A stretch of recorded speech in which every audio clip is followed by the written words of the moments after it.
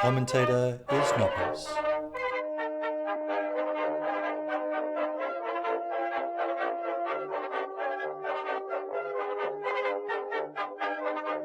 The assault class, or role as they are referred to, in Hell Let Loose.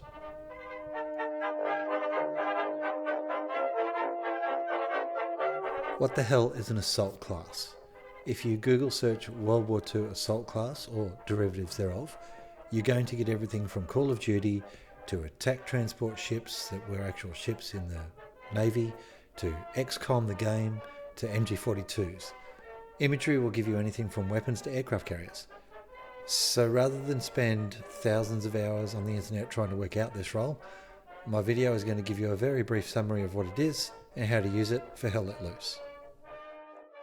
Make no mistake, despite the singular uselessness of the internet in this instance, the assault class is one of the most critical roles from the game, and it needs to be played well for the entire battle because the combat impact of an assault player can turn a squad's fortunes around. You may not think that there would be much to talk about with this class, but I can guarantee you there are so many aspects to playing it well that I made a video of it. Let us begin by taking a quick look at what we have on each side.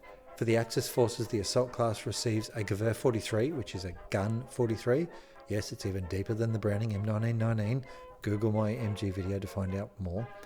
2 frag, 2 smoke, and 2 bandages. For the Allied forces, we receive the M1A1 Thompson, 2 frag, 2 smoke, and 2 bandages as well.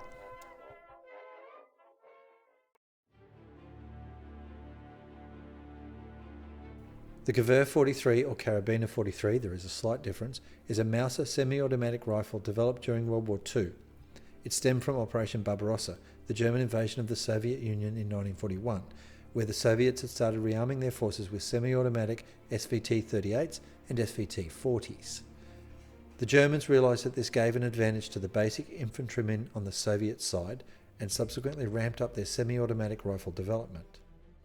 The SVT series had a simple gas-operated mechanism, and the German weapon inventor Walter emulated this in the production of the G43, which was the successor to the G41. This included converting captured SVT-40 rifles into the G43 model.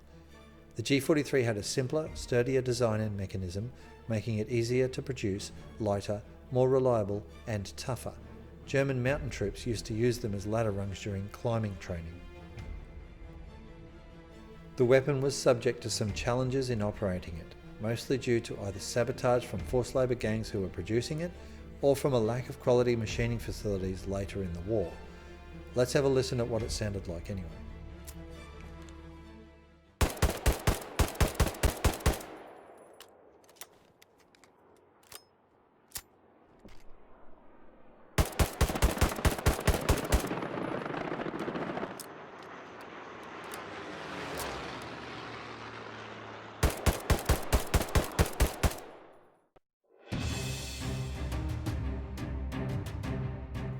Invented in 1918 by John T. Thompson and made infamous throughout various naughty activities in the US in the 1920s, the M1A1 Thompson was a favourite of soldiers, criminals, police, the FBI, and civilians for its fully automatic fire. The US military adopted the weapon in 1938, and the variant created was the M1A1, which had a simplified rear sight and provision for only box magazines, no drum. There were over 1.5 million Thompsons produced in World War II. It was used by scouts, non-coms, patrol leaders, commissioned officers, tank crew, raiding parties, commando units, paratroopers, rangers, MPs, and so on. It was also used by Commonwealth forces initially, like the British, the Indians, the Australian armies, the Kiwis, the RAF and RAN of Australia, Kiwi Commandos, before it was changed out to the Owens or the Oz-10s or the Sten guns due to supply challenges. Let's have a listen to it anyway.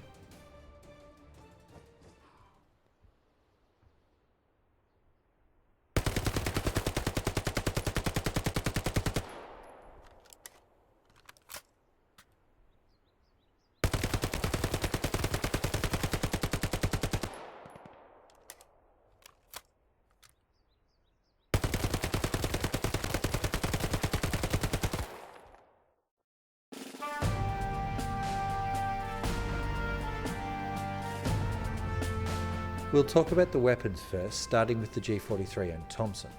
Although they have a high rate of fire, they are fairly inaccurate over any sort of distance, when compared to single-shot rifles, that is.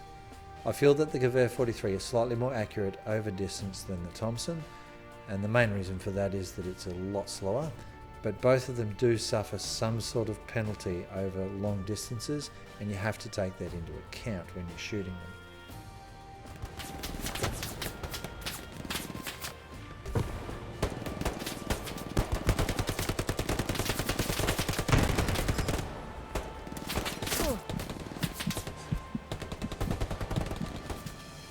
So while they will be the go-to weapon for crawling around city maps such as Currentine, they are a pain in the ass to use on open maps like Fui or Purple Heart Lane. You can still use them at range though. I tend to empty a mag at the enemy if they are at longer range just to keep their heads down, slow their attack, or get them to hide so my guys can flank their position like here. The other main weapon you own are the grenades, and the smoke grenades are just as important as the frag.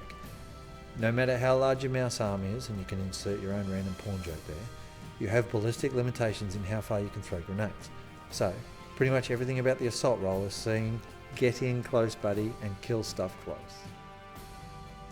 You therefore need to adopt a playstyle to make the most effective use of your weapons in that close combat zone. The main thing is that you do need to be a little bit more aggressive than normal, such as the type of weapon setup that if you try and remain static in defense, then anyone else with a fast-firing weapon or a handful of grenades or half a skill set is going to push up and probably neutralise you before you have a chance to defend yourself, unless you're really well hidden. In this little sequence here, I'd pushed up into the barn aggressively, and then I was able to hold it by myself against all the enemy that were coming through. You also have plenty of rounds in the magazine of your gun, so you can have a bit of a spray and pray if you come across the enemy.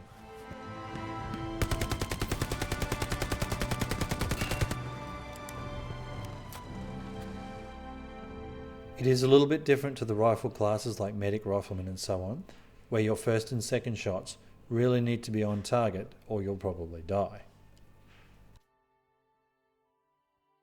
If you're an average player like me though, you know accuracy of mouse handling is a bit poo, or the eyes are a bit shot because I'm old.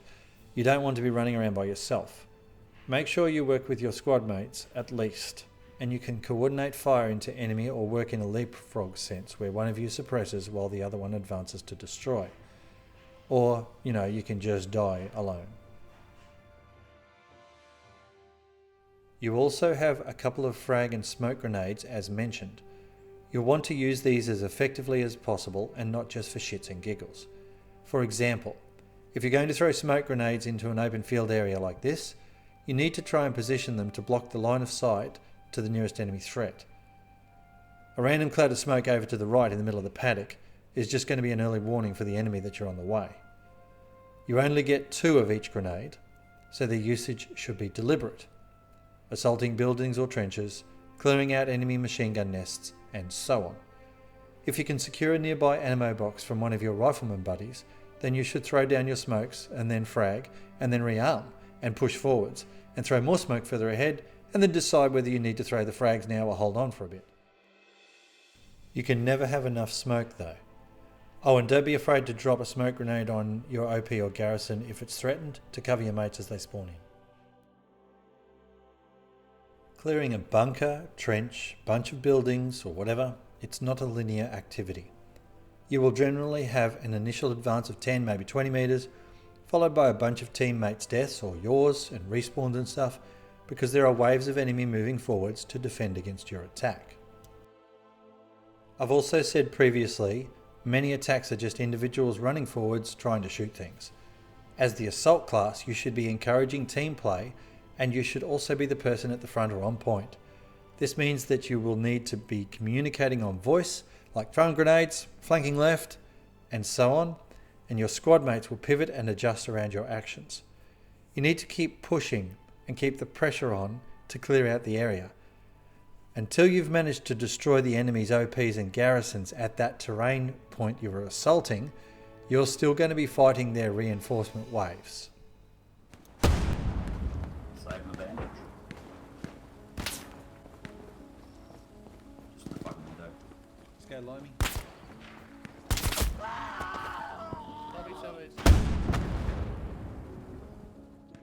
In attacking, both spray and pray and liberal usage of grenades are how you fight, but they can lend themselves to what I would call itchy trigger finger syndrome, which can potentially result in accidental team kills in close combat areas like towns. Therefore, before your attack is launched, you should take a moment, a couple of seconds, and identify where your teammates are. If it's a clusterfuck and there are team members all around you trying to push on a singular objective, you need to do one of two things. Reconsider throwing grenades unless the enemy is holding off that attack that's happening, or declare firmly in local or proximity chat that you are throwing grenades into the trench or whatever. You probably also need to hold a straighter line of attack to avoid walking into friendly gunfire, or passing on some of your own, which does then increase your potential to be shot by the enemy, of course. So sometimes you will need to slow down just a little bit.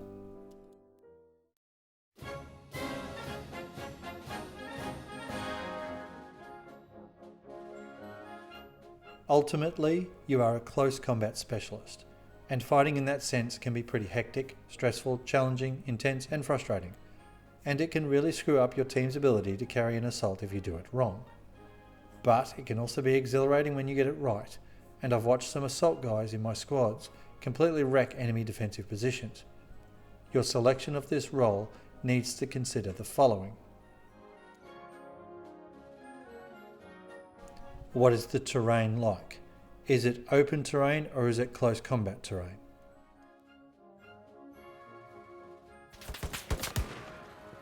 Yeah, infantry right on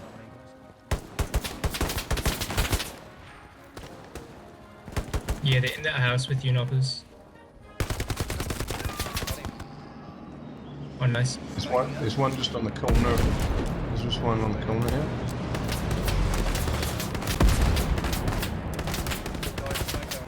Just stay alive, guys. All the captain, just hold it. We got it. How well is your squad or team working together? Do you have the skills to play this close combat style?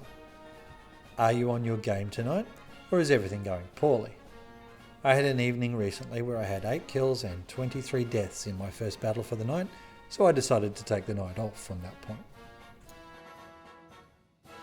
And the last one is, are you an individual or a team player? Pick another role if you're the former. Anyway, I'll finish up here with some good squad footage of the assault role. This is a loose example of how you should play the role. Hopefully you enjoy it. Thanks for watching the video, and I'll talk to you soon.